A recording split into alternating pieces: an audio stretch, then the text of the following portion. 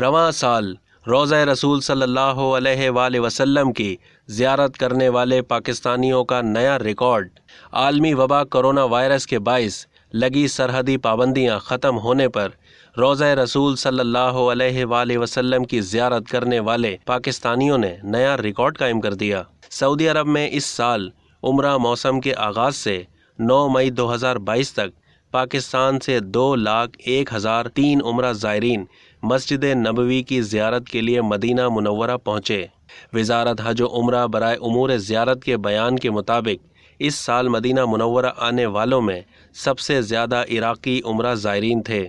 ان کی تعداد 3,13,815 رہی۔ دوسرے نمبر پر پاکستانی عمرہ زائرین رہے۔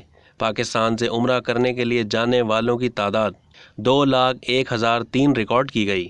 رمضان میں مسجد نبوی ریاض الجنہ میں نماز کے لیے 2,62,781 پرمٹ جاری ہوئے۔